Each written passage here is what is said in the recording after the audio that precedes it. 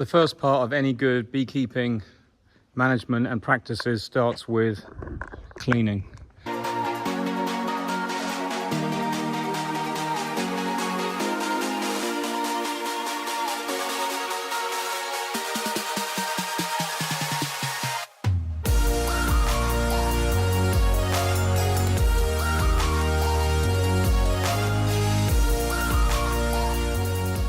So this is just the first nukes I've got out. They're getting a bit old and tatty now. They weren't washed out and cleaned last year. They were done completely the year before. And I knew that it was a risk not cleaning them last year, but I ran out of time. All I've done here is I've had their first scrape and clean. So what happens now is they're all facing vertically down, so any water that goes in them will drain. I get the hose out, they're all going to be wetted up and they'll be left for a few hours soaked up so anything inside becomes loose. Then I'm going to give them a bit of a pressure wash with a light pressure washer just to get any dirt out the corner. It'll be a mess. I'm going to do like 20 at a time. Then I'll leave them drain, and then all the nukes will get completely blasted with soda crystals inside. I may even make a big tub up and dunk each one in, or I just might spray it on. I'm not quite sure what I'm going to do yet. It will make a bit of a mess on the concrete, but that can all be pressure washed off afterwards and blown away. The good thing about soda crystals is it's a pretty soft treatment, but it works well on dissolving propolis and virtually sterilizing the hive. So I think it's really important if you can do your complete nukes at least once a year, if not once every second year.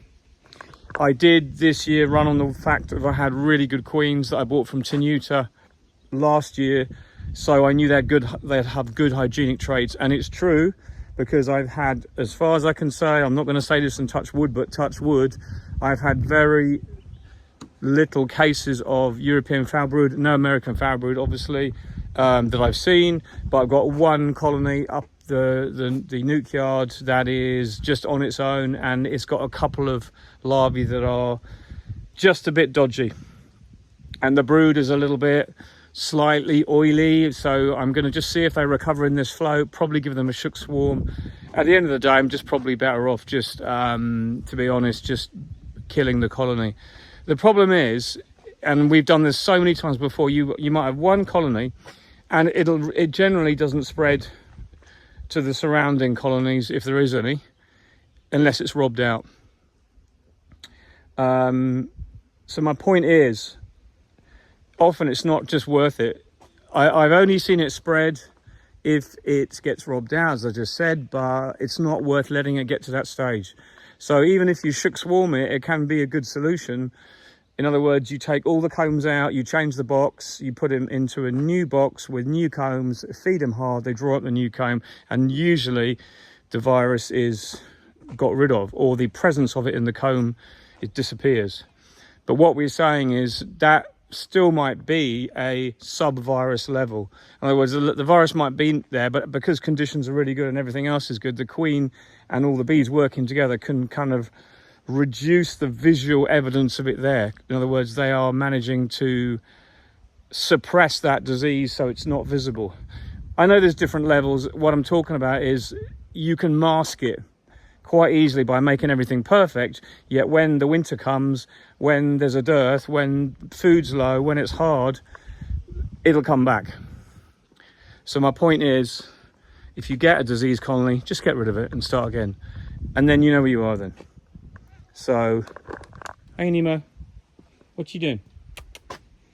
So yeah, these are all going to be cleaned. They won't be perfect afterwards, but they'll be reasonably sterile, and that's what I'm going to start with. Even all the plastic covers I've put on top, I'm renewing all of those this year. I've got a load of plastic to cut up at the back of the shed, and it's just good practice to start that. All my feeders are going to be washed. There's a load there to wash up, and there's loads more I'm finding in each box that I haven't had a chance to do. I'm literally scraping out each one onto the deck, banging it out, then all the shit gets brushed into one corner, and then you keep your place clean, and then any spare roofs are stacked there. The rubbers will be replaced as well. All these are going this year. They're good. You can use them for tools for years, but I need to replace them all. I've got a load of plastic at the back here. I'll show you. I've got a nice thick one, and if you ever wondered what plastic I use as frame covers, it's actually the same one you use on polytunnels. It's about 100 microns. So it's quite a thick polythene. There we go. You can see how thick that is. I'll try and hold the corner so it gives you some idea. But there you go, you can see as I crease it up, it doesn't crack, it doesn't bend, it's a soft polythene. But it's also stiff, so it doesn't get eaten, it's quite durable. That's the best thing we've found to use as a frame cover, because it keeps, the reason why I use these is because when you put the roof on, otherwise on a poly box, often they'll stick the roof down even if you paint them. And then trying to get the roof off can be a pain.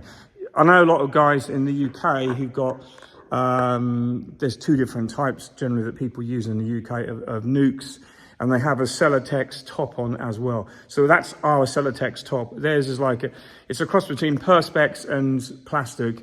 I think they call it Celotex, but it's just a very thin membrane of hard Perspex type material, but quite thin, that allows you to just put the top on, and then it keeps the bees from gluing the roof to the top of the nuke. So it works. But it's just important to stress that if you can spend a bit of time, it's Sunday afternoon, I'd rather be in the house doing other stuff, but I've got so much work to do. I need to make a start on this. If you have got time, invest a bit of time in cleaning out your nukes and getting them ready.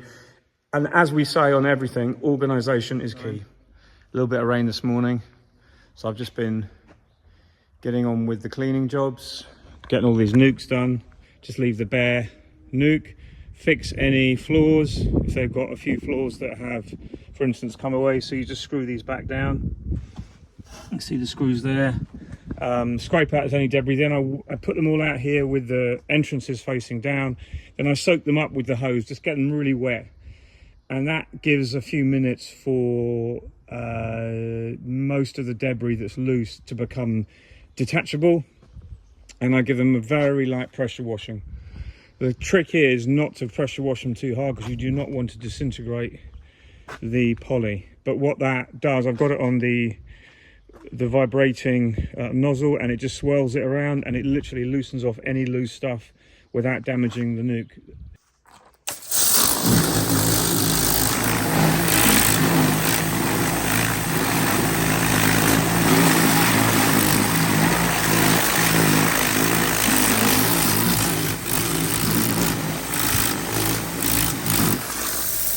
See no signs of illness or sickness in my bees that I was able to see visually. In other words, there's no visible signs, and there probably is always some sublethal level of European foul brood. There's always a bit kicking around, but you hope that you keep those levels down. You're vigilant when you inspect the brood all the time.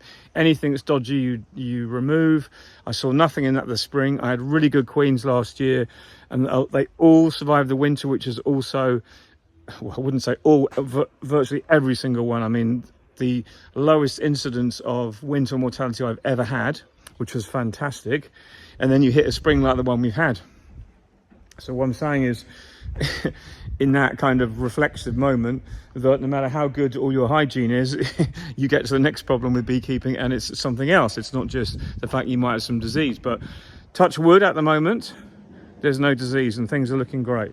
So we're going to start the big split fairly soon. This is the first 22, I think.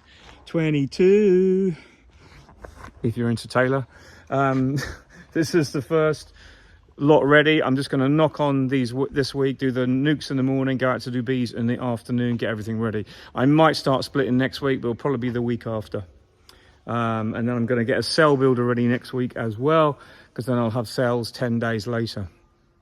But that's the thing with making nukes, is you can use your cells anytime between day 2 to day 9 or day 10. I personally like to put in a 2-day-old cell as well and get the bees to build it, so they feel like they're not missing out, and you don't then have to go into the colony and destroy the cells. You can let the bees build it, and it takes the pressure off your colony. You don't need a finisher. You can let the new nukes be the finisher, and they build the cell from day 2 onwards, or day 1 even. I mean, it's like that with beekeeping. You can sometimes get it right, and they'll just do everything for you without you having to do too many manipulations with hives. So that's the start. Now what I've got to do with this is each nuke will dry out a bit. I'll let it dry. So let me show you what goes into the cleaned nuke boxes. I won't say they're perfect, but they're pretty good, and I'm not going to get much cleaner than that. So we take a box, and this is how we get it ready from start to finish. So it goes on the back of my truck.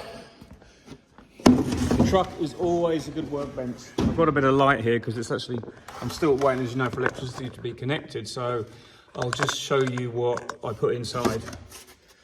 So first of all, before I forget, the first thing I do is the entrance. I haven't removed all of the wooden entrance reducers. I've got this strip of wood that I put in all of mine that I take off and scrape, and that always is in the hive through most of the year. If we have no Asian hornet and they really get strong, I'll whip them out in the late summer for a while the ivy's going on. But then in the winter, that's my reduction down. But because I've got loads of nukes together and they're in a field where the grass is short, the mouse damage is negligible where these are, but it is something to consider. Sometimes they do eat their way through the base. Something like a pine marten or a badger can tear them apart, but they generally only do it to hives that are dead outs. So let that just be my kind of word on it. So into the colony, into this box in preparation, goes 2 partitions. Let me just tell you about the configuration of the brood nest I'm going to make in the colony. So we're going to take out 3 frames, probably 2 frames of bees and brood, and a little bit of honey, and 1, so that'll be 1 mixed frame, so that'll be 3 frames. So we're going to go down to 7 frames. So number 1 in the hive, the 10 frame hive, will be a partition like this. One of these partitions will go in. Number 2, number 3, number 4, number 5, number 6, number 7 will all be the brood nest. And number 8, sorry. And number 9, number 10 will be another partition and a frame of foundation. Okay, either semi-drawn, but I prefer to have foundation because when the bees grow in the spring, say this is the foundation in here, they will have something to go around the partition and start building onto that frame of foundation. So it gives them something to do and it gives them some space. But we'll talk about that another time. That's just what we do. So we're going from 10 frames down to 7 frames, and we're taking out 3. And that's what goes in this nuke. So the other one that will come out will be, as I said, the frame of foundation. So these 3 are going to come out. But in the box, we're going to leave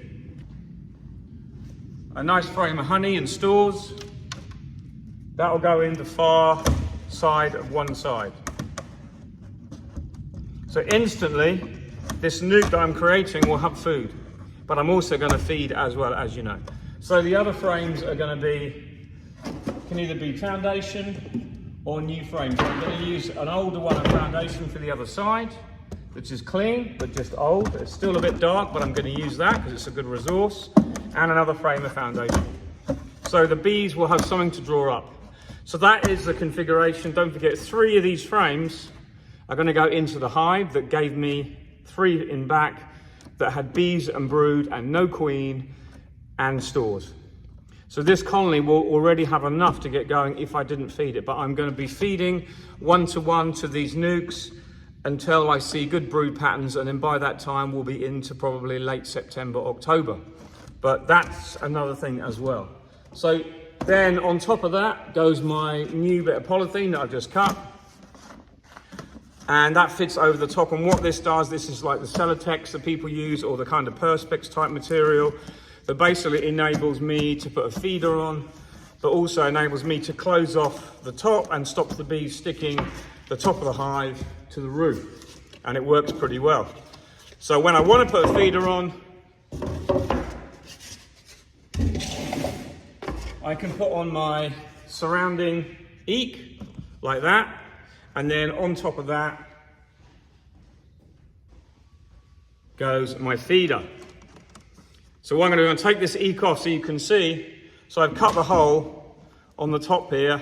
So all you do is do that. You put your feeder on top, right on the frames itself. The bees will come up. You can just check if you want, and if you want to look inside, you can see down to make sure that you're over a hole. But wherever you put it, generally there's one gap either side. There's enough room in the bottom of that feeder. This isn't clean, by the way, for the bees to come up. And if you finish feeding and you want to take the roof off, The ECOF in the autumn, you simply fold this part back down, and then you can then put your roof back on like this. But the whole idea is I can feed if I want to, and we usually have to feed, there's no doubt about that, but you can get the roof on properly, it's sealed, and if you want to get it off, you can easily. All my roofs, all my hives, sorry, I've got new polythene this time. It's not much, but it's a little thing to keep hygiene. And there you go, there is the finished nuke, ready to go, to grab. There's honey in it. Now, other people will ask the question, how long can you leave that before the wax moth get at it? Well, the whole idea is I'm going to be starting making nukes within the next probably 10 days. So I've only put the honey in it last minute, and this is honey I harvested fairly quick. And there will be a little bit of wax moth in one or two of these frames for sure. You can always find a little bit in some of the older ones, a tiny bit. But if there is anything bad, it just gets melted down. I don't generally use the frames that are so full of wax moth. I just don't feel it's worth it. I keep my frames clean. You can use that Bacillus thuringiensis, which is called, the one we have here is called back to spleen, or they also call Sertan is the commercial name. And you can use that if you want to help stop wax moth infestations, and it does help quite a bit. So if you're not going to use your nukes for a while, literally just open the box, give it a squirt over, and that's enough. The wax moth tend to move around a bit, and just by squirting that Sertan beneath the frames a bit and letting it run down, that's all you need to do. That will stop them getting bad, because they will find those spores, and the spores will get in contact with the larvae. It's basically a biological caterpillar spray.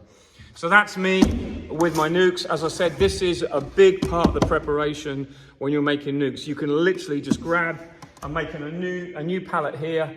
You can just grab the pallet, put it where you want, load your truck up with 20 nukes or 10 nukes and go off for the day and get your splits done. That is really important to have everything organized, because you cannot do splits unless you've got all the elements ready and everything ready to go. So what I didn't mention was the other part of the door. I said to you I had a wooden partition in that screens off some of the door.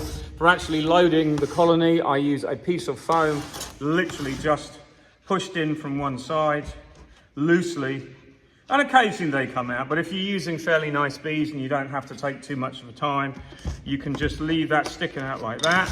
And when you get to where you want to go, you just pull that part out, and then Bob's your uncle, Fanny's your aunt. The bees are installed in a new area and you haven't lost any through the door being open. Obviously, I do check the bases that are complete. I check that, you say, properlize it up over the years, but I've scraped some of that off in most cases and try and keep it under control. But obviously, the things you've got to consider is you're transporting a box of bees in hot weather. And what you need to do is when you put them on the ground, you need to put them on the ground this way up, not on the grass. And if you leave them with a good 3 or 4 inches beneath them, that will help the bees ventilate while you're doing your other nukes. If you're really worried, don't make nukes in the hottest of weathers. Do it first in the morning, last in the evening, and transport them and open them up straight away. Do not leave them more than 3 or 4 hours closed. That's what the general rules I use, but you get to know when you can and cannot do that. There is so many things about transporting nukes that are difficult, and until you work it out, you might have a few mistakes. But generally, I risk making up big nukes if I know that it's not too hot, because the bigger the nuke, the best they seem to get away. And you've got loads of bees to use. If I've got a huge colony, sometimes I'll split that colony into 2 and then have 2 nukes as well as leave the colony there, because I'm going to have to harvest my... What I say also is when you lift off your 2 supers or 3 supers off that colony, if they're all full of bees and you've still got loads of bees and brood inside that colony to make 2 nukes from, make 2 nukes, because very soon all those bees are going to be virtually redundant apart from what's in the supers, just to finish off that little bit of honey drying. And then even then they're going to be without a job soon, because you're going to take all those supers off and harvest the honey. So you might as well just use the bees. If you can make 2 nukes out of 1 colony, good for you. So I'm going to be doing splits, and I'm going to be caging my queens, and I'm going to be also clipping queens at the same time and checking the queens are all right, putting them into a cage, making sure they're marked, and then they will be done to be released in 21 to 24 days, if I can get the vaping right. Now, another thing, talk about this caging the queens I do. There's times when I've actually caged my queens for 6 to 7 weeks, and they've still made it through the winter after and been absolutely great the following spring. It's not a critical thing, but obviously the sooner you release her, the sooner she'll be back to laying again, and the sooner you'll have a big colony to overwinter. And that's the key to everything, it's timing. So I'll show you when we get back to the house that I did a big chart, and every time I go to an apiary, I write down on the chart when I cage the queens and when I don't. And my kind of protocol is, as I go around the apiary, if there's a colony that isn't big enough to cage a queen because it's swarmed in the spring, and I'm thinking, well, if I cage it, the queen's going to be low on numbers, and even though they didn't give me any honey, that's when you use Amatraz, okay? And then within 2 years, as a time scale, she's only had Amatraz once, and that's how I get round the possibility of building up resistance to Amatraz. So that's kind of what I'm thinking on that. And obviously all my nukes that I make will get Amatraz in them, one strip, so it's a good deal just using one strip, and it seems to work really well because I get very low numbers of mites. Then these will all get vaped at the end of the flow in the November, December time, just as the temperature goes cold, when we say at the time there is the least amount of reproducing varroa, when the queens slow down their laying, and it's like nearly the winter solstice. That's when, if you can get and vape everything, you're onto a winner, because oxalic acid is a great tool to use. So these are all ready now. These are ready to go. I just need everything else organized. We're going to be stocking a cell builder, I think, next week, because we're going to be making the first cells to go in the nukes we're going to make the following week. So we've got to stock a cell builder 10 days before, and we'll be nearly past the peak nectar flow then, so the chances of swarming are pretty small. I don't know if I've got many colonies that are huge enough at that particular nuke yard, so I might have to bring one in. If not, I've got loads of places to harvest brood from to stock a cell builder anyway. So as long as we've got a colony that's reasonable, we'll be okay. We don't actually need to make a huge amount of cells. All I'm probably going to make is like 100 cells, and then make a few more after. So really, that's one round of the cell builder. So we might make one batch 1 week, and then one batch the next, and that'll be enough to cover us. But we'll come to that later on when we get nearer the actual time of making the nukes and splitting everything and then putting cells in. So until then, bye for now.